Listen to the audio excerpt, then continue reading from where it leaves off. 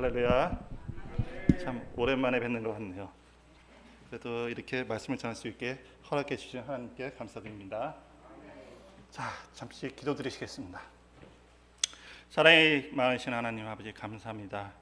오늘도 저희 큰가지 교회 성도님 한 분 한 분 빠지지 않고 다 출석할 수 있게 건강 허락해 주신 거 감사하고, 무엇보다도 주님 앞에 건강함으로써 나와 예배 드릴 수 있도록 돌봐주신 거 감사합니다. 오늘 말씀 속에서 아버지 이들한테 꼭 필요한 말씀들이 전달될 수 있는 시간들이 될 수 있도록 함께하여 주시며, 전하는 자나 듣는 자들이나 다 주님 안에서 하나임을 알게 하는 시간들이 되게 하여 주시옵소서. 예수님 이름 받들어 감사하며 기도드렸사옵나이다. 아멘. 자, 우리 인생을 살다 보면 여러 가지 일들이 많이 있죠. 그리고 또한 욕심도 생기게 됩니다. 성경에 등장하는 사람 중에 욕심에 태어난 사람은 그렇게 많지 않았던 것 같습니다. 여러분이나 저나 또한 삶을 살아가면서 욕심이 있어요. 세상 사람들은 자녀에 대한 욕심, 승진에 대한 욕심, 물질에 대한 욕심 등등 욕심들이 많아요. 목회자인 저 역시 목회에 대한 욕심이 가지고 있습니다. 주위에 욕심에 대한 유혹이 굉장히 많이 있습니다. 그리고 그 욕심이 생기다 보니까 베푸는 것보다는 움켜잡으려고 하는 것이 더 큰 것 같아요. 움켜잡고 쌓아놓으려고 하는 게 더 큰 것 같습니다. 오늘 본문에서도 한 여인의 욕심과 한 사람의 하나님에서 멀어짐을 통해서 무엇이 어떻게 돌아가는지를 한번 여러분하고 말씀을 나누려고 합니다. 오늘 본문은 여러분이 신앙생활 하면서도 너무 많이 들은 본문입니다. 특히 창세기 하면 유튜브를 한번 찾아보십시오. 굉장히 많고 많은 목사님들이 설교를 굉장히 많이 했습니다. 그리고 대부분의 목사님이나 설교하신 분들은 하나님의 축복에 포커스가 맞춰 있습니다. 이 사람이 이렇게 해가지고 축복받아서 이렇게 잘 살았다, 잘 먹고 잘 살았다. 그러다 보니 중요한 면을 놓치는 부분이 많이 있습니다. 우리 성경에서 이삭이 하나님의 자녀로서 신실하고 하나님만 의지하면서 그리고 축복받으면서 삶을 살았다고 여태까지 그렇게 들었어요. 그런 설교를 많이 들으면서 우리 교회 생활을 했습니다. 저 또한 그렇게 들으면서 교회 생활을 했고요, 여러분. 그리고 야곱은 축복의 자녀, 에서는 저주를 받아서 망했다. 저주의 자녀. 그런 식으로 설교를 들으면서 자랐습니다. 일부는 맞습니다. 그리고 일부는 좀 틀린 부분도 있는 것 같습니다. 우리들이 창세기 말씀을 들으면서 대부분이 특정 인물에 포커스가 맞춰져 있어요. 그러다 보니 성경에 나오는 리브가에 대한 얘기는 중요하게 다루지 않고 놓치는 경우가 많습니다. 성경에서 나오는 인물 중에 결코 그냥 나오는 인물이 없다는 것입니다. 더 중요한 것은 본문을 볼 때 축복과 저주로만 본문을 보아서는 아니 된다는 것입니다. 하나님은 축복과 저주도 있지만 여러분, 하나님이 구원 계획은 큰 하나님의 은혜의 계획 속에서 그 세상의 모든 것들이 돌아간다는 것이에요. 잘 먹고 잘 사는 게 그게 하나님이 원하시는 게 아니에요. 그리고 그렇게 보면 많은 것들을 놓칩니다. 하나님의 큰 계획 틀 안에서 그것을 보아야 될 것입니다. 본문의 핵심 인물을 말하기 전에 먼저 아브라함과 이삭에 대해서 조금 이야기를 나누려고 합니다. 아브라함은 여러분 너무 잘 아실 거예요. 믿음의 조상. 그런데 믿음의 조상이라는 관점보다 오늘 한 가정의 가장으로서의 포커스를 좀 보아야 될 것 같습니다. 아브라함은 이삭이라는 자녀를 굉장히 오랫동안 하나님한테 요청해서 얻었습니다. 얼마나 귀했을까요? 그리고 그 자녀를 귀하게 양육하고 하나님의 미래 양육자로서 그걸 굉장히 잘 양육했습니다. 그리고 그 외에 미래까지 막 걱정하는 모습이 성경을 읽으면서 곳곳에 드러나고 있어요. 심지어는 자녀의 결혼까지 세심하게 하나하나 준비해 줍니다. 창세기 22장 3, 4절을 보면요, 아브라함은 자기 자신의 아들이 아내가 될 여자를 어디서 가서 얻으라고 얘기합니다. 그리고 가나안 족속의 여자는 절대 안 된다. 분명히 못을 딱 박습니다. 하나님의 자녀에 대한 미래까지 준비해 주는 모습을 아브라함은 보여주고 있어요. 그런데 이삭은 그 다음 세대에 준비하는 모습을 아브라함과는 정반대의 모습을 보여주고 있습니다. 아브라함은 결혼에 대해서 가이드라인을 딱 정해줍니다. 이것만큼은 내가 허락하지 못한다. 이방 여자만큼은 안 된다.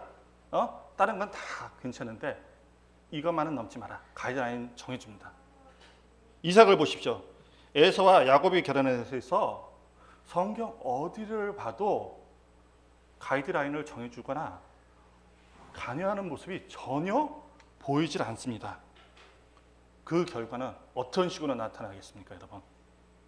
바로 고통으로 나타납니다. 에서는 이방 며느리를 얻었습니다. 그리고 26절, 34절에 보시면 마음에 근심이 있었더라라고 얘기합니다.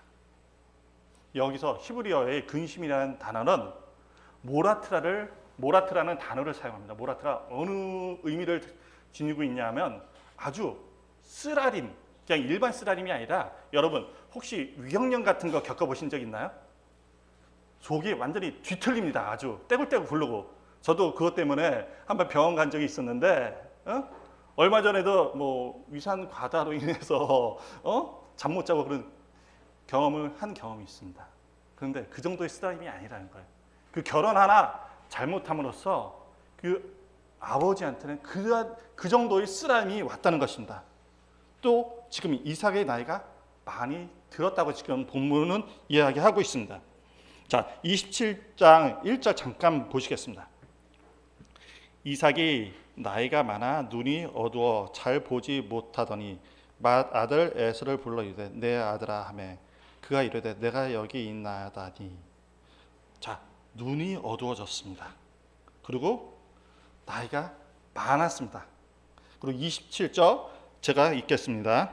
이삭이 이르되 내가 이제 늙어 어느 날 죽을지 알지 못하니. 자, 이삭은 벌써 마음에 벌써 연약함이 들어왔습니다. 내가 이제 늙어 어느 날 죽을지 알지 못하니라고 벌써 자녀들한테 공포합니다. 이 성경 본문은 단순하게 이걸 얘기하는 게 아니라 지금 이삭의 상태를 이야기해 주고 있는 거예요. 육적으로는 늙었지만 벌써 영적으로 어두워졌다는 것을 간접적으로 지금 표현해 주고 있습니다. 하나님의 사람들을 성경에서 여러분이 보실 적마다 흔하게 얘기하는 거지, 내가 이제 하나님 앞에 갈 날이 얼마 안 남았다라고 하면서 거기에 대해서 이야기합니다. 근데 이삭은 자기가 언제 죽을지 파악할 수 없을 정도로 지금 하나님하고 굉장히 지금 멀어져 있습니다. 이와 비슷한 묘사는 야곱을 통해서도 나옵니다. 아브라함, 이삭, 야곱. 자, 이삭의 아들 야곱은 나이 먹어서 어떻게 됐을까요? 바로 앞에 섰습니다. 바로 앞에 섰을 때 이런 고백을 하죠. 내가 험악한 세월을 살았다. 그리고 내가 이제 얼마 안 남았다. 130인데 하나님 앞에 갈 날이 얼마 안 남았다. 자, 요셉이 찾아옵니다. 아버지, 우리 두 자녀한테 축복 기도해 주세요. 자, 그 상황은 눈이 지금 안 보이는 상황입니다.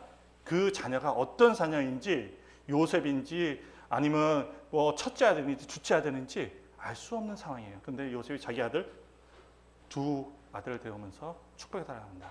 아브라함이 축복하는 모습을 보십시오. 손을 엇갈려서 축복합니다. 작은 아들한테 오른손을 얹고 큰 아들한테 왼손을 얹습니다. 요셉이 말립니다. 아버지, 그리하지 마옵소서. 얘가 큰 아들이고 얘가 작은 아들입니다. 손을 잘못 얹으셨습니다. 그렇게 축복하지 말아 주시옵소서. 야곱이 명언을 합니다. 아들아, 나도 안다. 하지만 큰 아들이 작은 아들을 섬길 것이니다.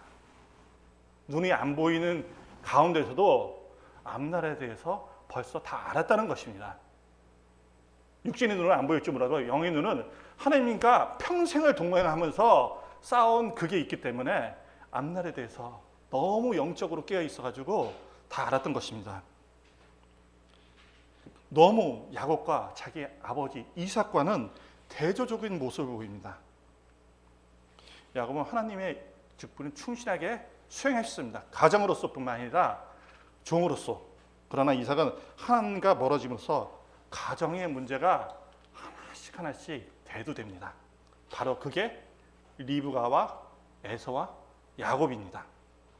성경에 자세히 보시면 여러 곳에서 리브가가 욕심을 부리는 부분이 나와요.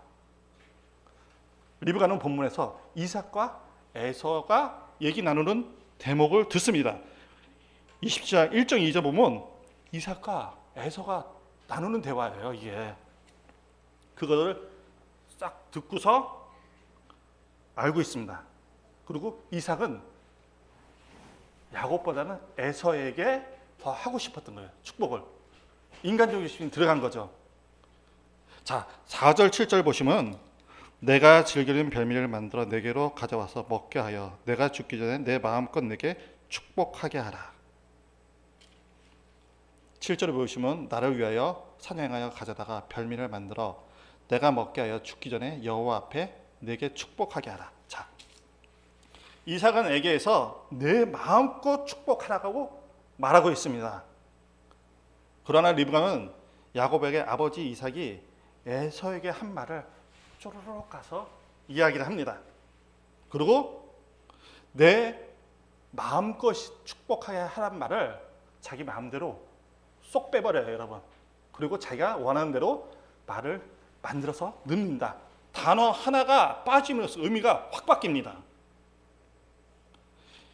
이삭은 에서에게 축복하려고 아예 마음 먹었어요. 첫째 아들에게. 그러나 리브가는 축복이 자신이 원하는 자녀에게 가기를 바랬던 것입니다. 리브가는 남편이 이삭이 이야기가 한 적이 없는 말을 빼고 넣고 하면서 야곱을 이끌어갑니다. 리브가는 놓친 게 있어요. 축복이 하나님한테 온다는 것을 리브가는 알았어요. 이삭은 놓쳤고. 자,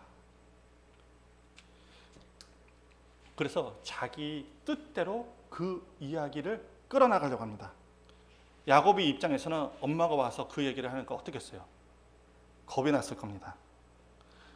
야곱은 좀 나약했던 것 같아요. 장막에 있었고 엄마하고 잘 지내다 보니까 아버지하고보다는 엄마하고 여성적인 성격이 더 강했던 것 같습니다. 그리고 리브가는 야곱을 설득을 합니다.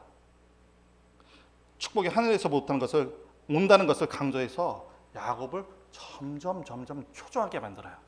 야, 너 하나님이 축복이 에서에게 가면 너는 하나도 축복받을 게 없어. 그리고 야곱이 자신이 술칙에 동조하게끔 모든 상황을 리드해 갑니다. 그녀는 야곱을 설득하기 위해서 결정적인 한 방을 빵 날립니다.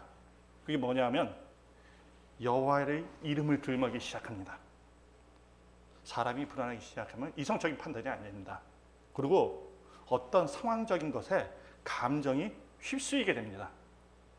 리브가는 더 한 발짝 더 나갑니다. 8절에 보시면 그런 식으로 본문을 딱 시작해요.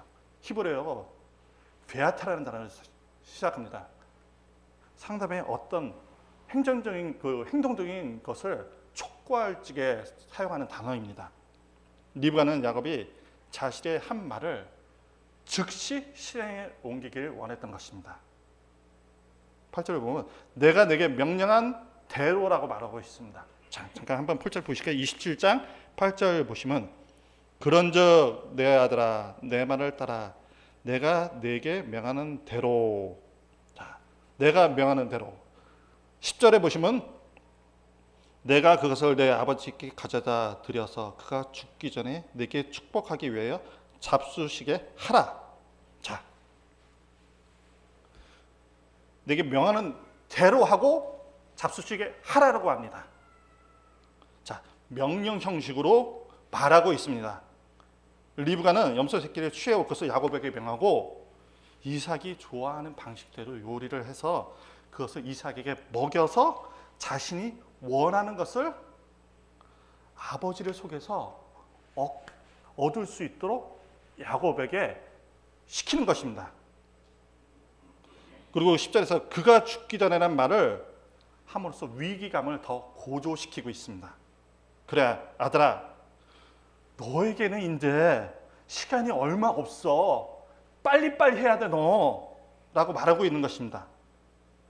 위기감이 클라이막스에 지금 도달하고 있습니다. 리브가는 야곱에게 저주는 내가 받을 테니까 너는 축복받아. 여러분, 성경 어디에도 대신해서 저주받겠다고 하는 대목은 이 대목뿐이 안 나옵니다. 얼마나 리브가가 욕심이 많고 그런 것인지, 그런 사람인지 여기서 잘 드러나고 있습니다. 아들을 안심시키고 저주는 자기가 받겠다. 리브가는 남편과 아들 사이에서 축복을 빼앗아 자신이 원하는 아들에게 주려 합니다. 축복은 누구한테 있나요? 이삭에게요? 아닙니다. 하나님한테 있습니다. 인간이 이 축복을 마음대로 주고 뺏을 수 있는 게 아니라는 것입니다, 여러분. 근데 리브가는 자신이 그걸 할 수 있다고 믿었어요. 그렇기 때문에 기회가 왔을 때 움켜잡으려고 했던 것입니다. 굉장히 인간적인 생각이에요. 그럼 에서를 한번 보십시오. 에서는 전형적인 하나님의 자녀라고 보기에는 좀 어려운 사람입니다. 에서는 야곱에게 장자의 축복을 빼앗깁니다. 에서의 입장에서는 너무나도 황당하고 억울했을 것입니다. 너무 억울해서 야곱을 죽이려 합니다. 리브가는 그 상황도 너무나 잘 알았어요. 리브가는 야곱에게 내 형 에서가 너를 죽여 그 한을 풀려고 하니라고 얘기합니다. 이 말의 뉘앙스를 제대로 살리려면 그 앞에 곧 즉시라는 단어를 넣으면 더 뉘앙스가 더 살아납니다. 곧 즉시라는 단어를 사용함으로 인해서 어떤 상황이 곧 벌어질 것처럼 상황이 되고 있습니다. 이삭이 죽은 후에 에서가 바로 너를 죽일 거야 라고 분위기를 만들어가는 것입니다. 리브가는 그래, 그렇기 때문에 너는 내 말을 따라해. 내 말을 따라라는 단어를 사용하면서 자신의 생각을 아들한테 팍팍팍 주입시키고 있습니다. 그리고 내 오라비 라반한테 가라고 어떤 방향까지, 해결책까지 제시해 줍니다. 야곱은 어머니의 말을 참 잘 들었던 것 같습니다. 그렇기 때문에 야곱은 이때부터 험난한 여정의 길을 걸어가기 시작합니다. 또한 이삭은 에서에게 모든 축복을 야곱에게 주었기 때문에 너한테 더 이상 축복해 줄 게 없어. 에서의 마음을 위로하는 게 아니라 아예 에서의 마음을 무너뜨려서 주저앉게 만든다. 후벼 팝니다. 아주. 이삭이 말한 이 축복은 성경 어디에도 사실은 근거가 없습니다. 이삭이 얼마나 지금 육적으로 약해지고 영적으로 문제가 있는지 잘 드러나는 문제, 지금 본문이에요. 에서는 이 상황이 벌어지는 것이 야곱 때문이라고 생각합니다. 그런데 근본적인 문제는 에서에게 있어요. 에서는 하나님께서 오는 축복에 대해서 굉장히 등한시했던 것 같습니다. 29절에서 야곱이 죽을 막 만드는 모습이 나옵니다. 에서가 다가가서 야곱의 그 죽을 좀 달라고 합니다. 에서의 말을 직역하면 내가 너무너무 피곤하고 곤배하니 붉은 것, 그 붉은 것을 좀 먹게 하라라고 말합니다. 여기서 두 번이나 붉은 것을 강조하고 있습니다. 상당히 굉장히 배고프고 허기지고 다급한 것을 강조하기 위해서 두 번씩이나 이 단어를 사용하면서 이 본문을 이야기하고 있습니다. 어떤 학자들은 에서의 이런 행동을 짐승과 같은 식욕을 나타내 준다고 이야기하는 학자들도 있어요. 그만큼 에서의 다급함을 강조하고 있습니다. 근데 이와 대조적으로 야곱은 어떤가요? 아주 치밀하고 계획적인 것 같습니다. 그래? 형 장자권 나한테 팔어. 오늘 나한테 그걸 팔어. 그래. 그리고 그것을 나한테 맹세해. 하나님 이름으로. 아주 계획적이고 의도적으로 그것을 야곱은 이끌어갑니다. 본문을 보시면 4개의 동사가 쭈르륵 한꺼번에 사용되는 것이 있습니다. 우리는 동사가 우리말에서는 한번 뭐뭐 했습니다 라고 하면 끝나는데 히브리어는 그렇지 않아요. 4개의 동사가 팡팡팡 4개 연달아서 나옵니다. 어떤 식으로 나오면 에서가 먹었다, 마셨다, 일어났다, 갔다. 동시에 이 단어가 쭉 나옵니다. 모든 것이 순식간에 일어났다는 것을 말하는 것입니다. 성경은 에서의 신중하지 못한 행동에 대해서 거침없이 이야기하고 있는 것이에요. 결국은 장자의 명분에 대해 우습게 여기는 그의 기본적인 마음에 깔려 있다는 것을 이야기해 주는 것입니다. 리브가와 에서와 야곱의 문제는 아버지 이삭에서부터 오기 시작했던 것입니다. 이삭은 축복이 하나님한테 온다는 것을 간과했어요. 이삭은 성경이 다른 인물과 다르게 아들의 축복을 밀실에서 몰래, 그것도 자기가 공식적인 자리가 아니라 몰래 해주려고 했어요. 이 축복은 문제가 있습니다, 여러분. 성경에서 이삭의 축복은 지극히 자기 중심적이고 자기 개인적인 경향을 보여주고 있습니다. 창세기 30장에 보시면 야곱이 에서에게 7번 절하는 대목이 납니다. 라반한테 갔습니다. 오면서 에서를 만나서 절을 7번 합니다. 고대 근동에서는 봉신이 자기 군주한테 그 경의를 표하는 그런 행동이에요. 이런 것을 보았을 때 이삭의 축복은 제대로 실행되지 않았던 것 같습니다. 리브가와 야곱이 에서에게 빼앗은 축복은 별로 효력이 없었어요. 효력이 있었으면 에서가 야곱한테 인사를 했어야 되겠죠. 이삭은 자기 입이 가는 대로 음식에 따라서 맛있는 거 먹어. 그래, 맛있는 거 해주면 내가 너 축복할게.